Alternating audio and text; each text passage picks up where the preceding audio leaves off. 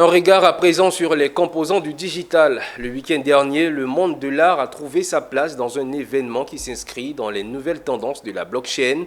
C'était à l'occasion de la première édition du GameFi et NFT initié par des jeunes férus du digital dont l'objectif est d'explorer l'univers croissant des jeux décentralisés qui favorisent le développement du monde de l'art. Une nouvelle tendance dans les industries de la blockchain et du jeu vidéo émerge en Afrique francophone. L'univers du digital s'agrandit avec la GameFi et NFT, des entités très peu connues et exploitées sous nos tropiques, surtout par les artistes.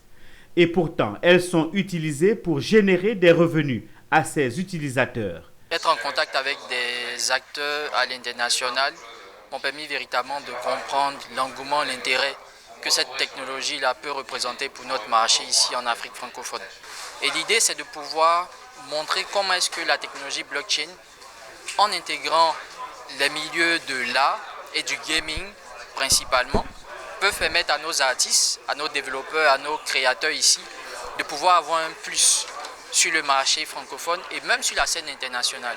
Avec l'intégration de la blockchain dans la digitalisation, bien des artistes feront un pas dans l'environnement technologique sur le plan international.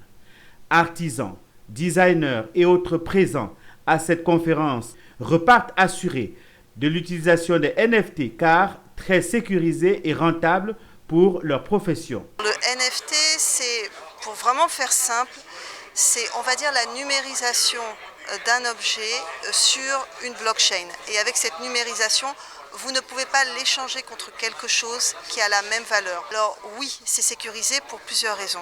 D'abord, une blockchain est décentralisée. C'est rentable parce que vous avez la possibilité d'en vivre sans intermédiaire. C'est une toute première ici en Afrique francophone, précisément en Côte d'Ivoire.